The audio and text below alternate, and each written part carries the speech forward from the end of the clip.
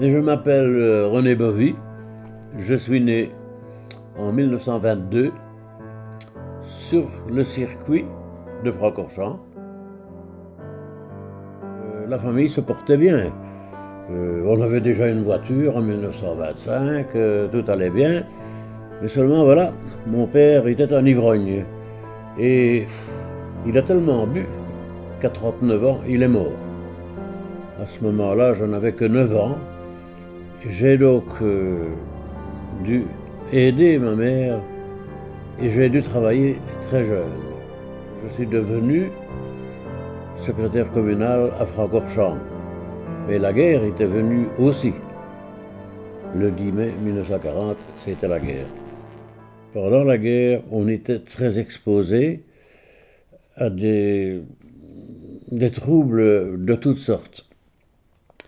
Il y a eu beaucoup de gens qui essayaient de se réfugier en Belgique parce qu'ils s'étaient sauvés d'Allemagne comme prisonniers, comme aviateurs ou comme ne voulant pas être militaires allemands.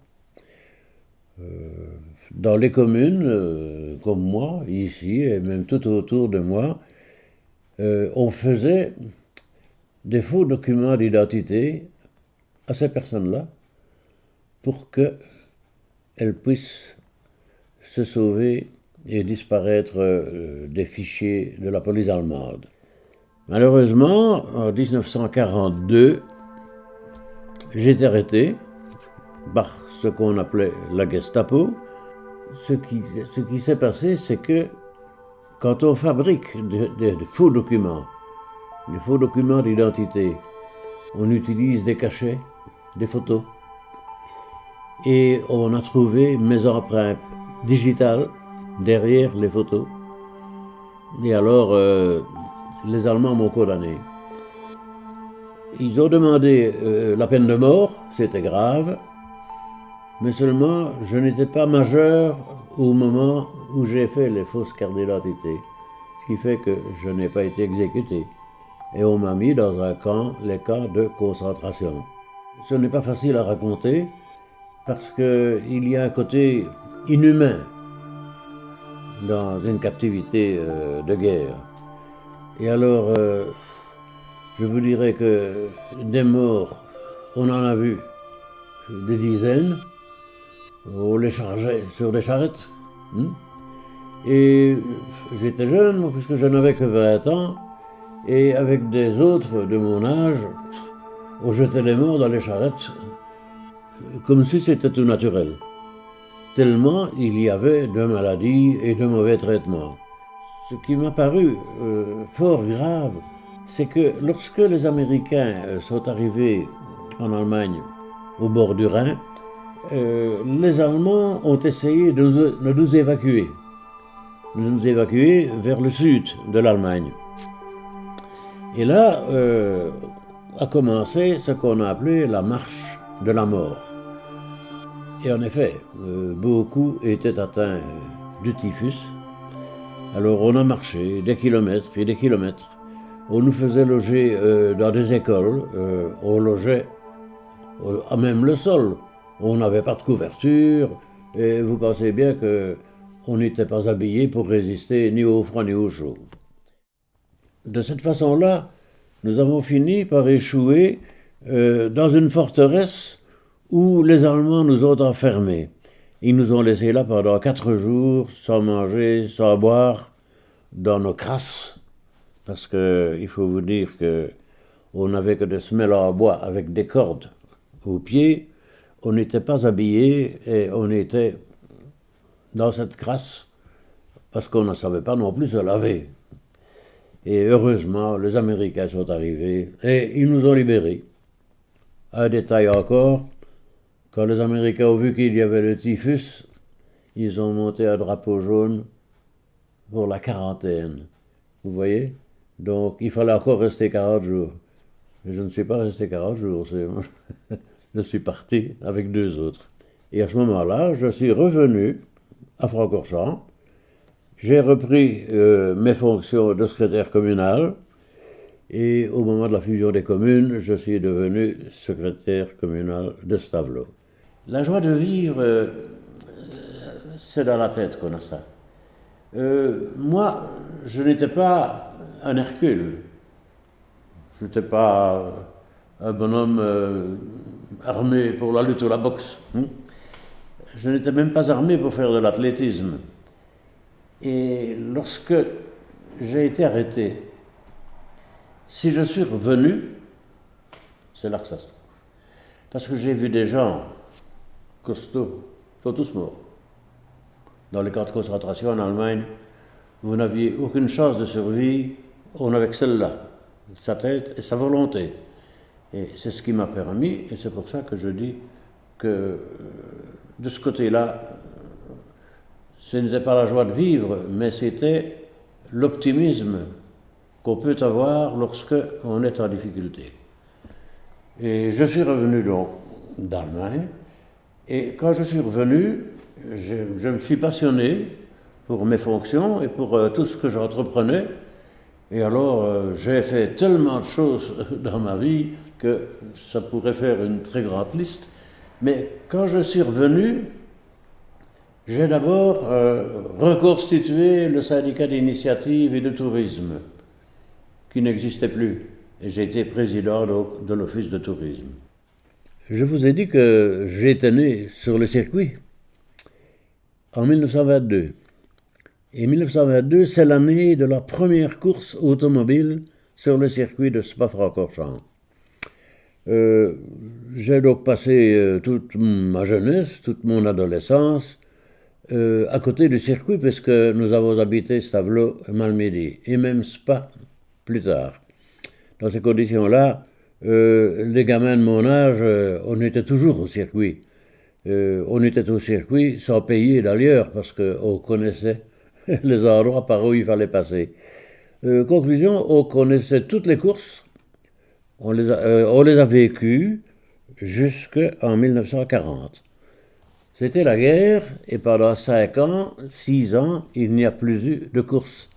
Le circuit était abîmé par la guerre, le pont sur les rivières était sauté, était démoli. Tout ça a donc été restauré, et à ce moment-là, on m'a demandé si je voulais bien accepter la direction donc matérielle du circuit, non pas les courses, parce que je ne me suis jamais occupé des courses, je ne me suis occupé que du théâtre, pas des acteurs. Dans ces conditions-là, j'ai accepté, et j'ai donc été secrétaire général du circuit pendant 33 ans. De 1946, faites le compte.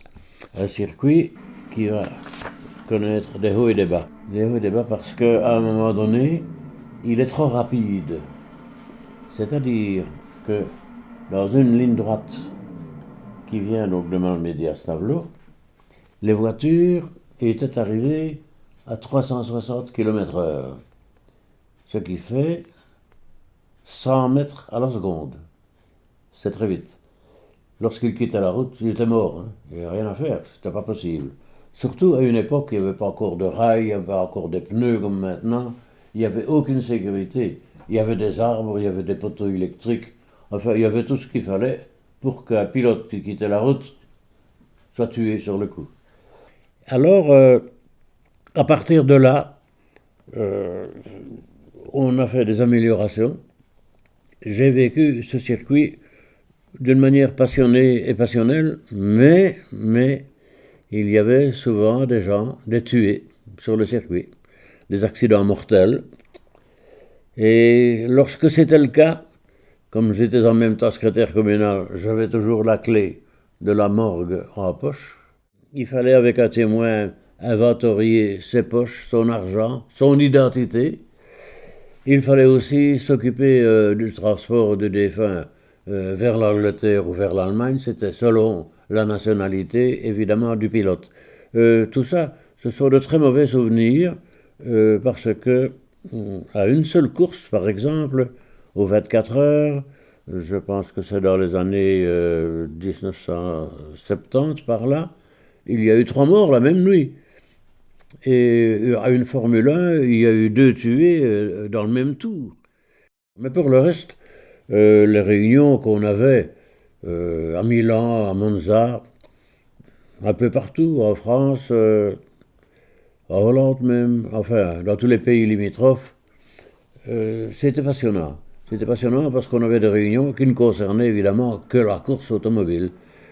Et alors, pendant 10 ans, on n'a plus fait de Formule 1.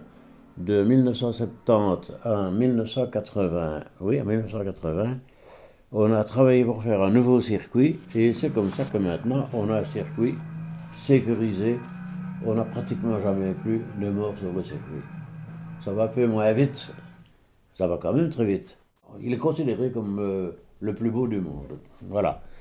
C'est aussi le plus long, ce qui fait 7 km et les autres n'en font que 5 ou 6. On a tourné un film international qui s'appelle Grand Prix. Ça a été tourné ici aussi par le cinéaste américain Frankenheimer. C'est lui donc qui a fait ce film Grand Prix. Parce que je vois ici les lettres de remerciement pour les avoir aidés, enfin. Dans les années 60, j'ai créé avec des amis une piste de ski à Francorchamps qui s'appelle le Mont des Brumes. Elle existe toujours. On fabriquait là de la neige artificielle avec des canons à neige. Après ça, avec un ami qui est décédé aujourd'hui, qui s'appelait René Libert, nous avons décidé d'essayer de faire quelque chose d'important à Francorchamps, de faire autre chose que des courses. Alors on a organisé un championnat international des bûcherons. Des bûcherons, il en est venu du Canada, d'Angleterre, d'un peu partout. C'était un championnat international. Et c'était en 1960, nous sommes en 2013, et le championnat existe toujours chaque année. Et alors, pendant cette période des journées forestières, j'ai imaginé à un moment donné, c'était une époque où on parlait beaucoup de jumelage européen, jumelage de communes. Et alors, j'ai toujours bien aimé le vin, et je me disais, si je pourrais faire un jumelage, je pourrais chercher. Mais comme j'aime bien le vin, je n'allais pas faire un jumelage avec une commune d'eau minérale. J'ai eu la chance de rencontrer des gens, et cette chance-là m'a permis de nouer des contacts avec Pommard, qui est un petit village en Bourgogne où il y a un vin très réputé. Et ça continue toujours. On vient de fêter le 45e anniversaire du jumelage. Et dans 3 ans, ce sera le 50e, si on vit encore. Ce qui fait que ce jumelage, c'était une réussite. Et j'en étais fort content. J'ai tout doucement accumulé beaucoup de documents d'archives. Et c'est ça qui m'a donné l'idée, à un moment donné, vers les années 50, par là, de me dire, bon, mais puisque j'ai autant d'archives, autant d'objets, des coupes, des choses de toutes sortes, je pourrais faire un musée. Mais seulement, le conseil d'administration du circuit de Francorchamps ne voulait pas faire un musée. Ce qui fait que je ne parvenais pas à concrétiser mon idée de faire un musée. À ce moment-là, j'ai réessayé 10 ans après, dans les années 60, j'ai toujours eu le même refus. Mais alors en 1970, j'étais ami avec le bourgmestre de Stavelot. Je lui ai expliqué mon projet de faire un musée. Et lui, il a été tout de suite d'accord et il m'a dit, je te donne toutes les caves, les sous-sols de l'ancienne abbaye. Et c'est comme ça qu'on est arrivé à faire ce musée-là du circuit de Francorchamps à Stavelot.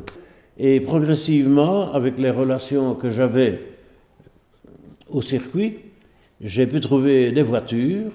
Et en réalité, ce musée, il est peuplé, si je puis dire, de voitures, mais qui n'appartiennent pas au musée.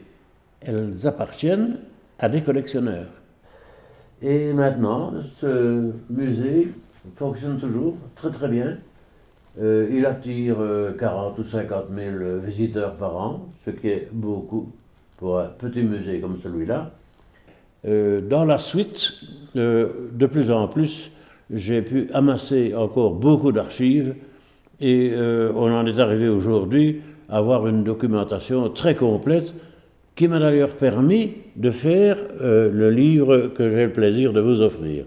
Je raconte d'abord tout ce que j'ai trouvé dans les documents et ensuite, à partir du moment où j'ai été directeur du circuit, tout ce que j'ai vécu sur le circuit lui-même. C'est-à-dire que ça a commencé, les courses dans la région ici, ça a commencé en 1896 et ça a continué jusque maintenant, mais moi je me suis arrêté en 1996 parce que je n'étais plus au circuit, j'étais au musée. Et alors c'est un journaliste, son nom figure là, qui a fait les 10 dernières années suivantes.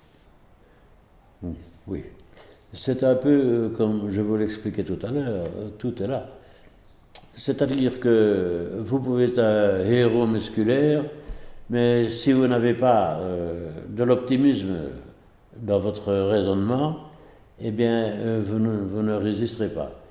Et je crois que c'est ça, parce que c'est pas seulement moi, mais en Allemagne, par exemple, j'ai bien vu que ceux qui étaient comme moi, qui étaient optimistes, qui pensaient que la guerre allait finir et qu'on allait être libéré, eh bien ceux-là, ils sont revenus.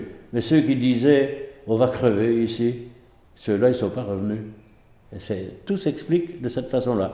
Et alors, cette chance que j'ai eue d'avoir cette mentalité-là, j'ai continué à l'avoir dans la vie et dans la suite.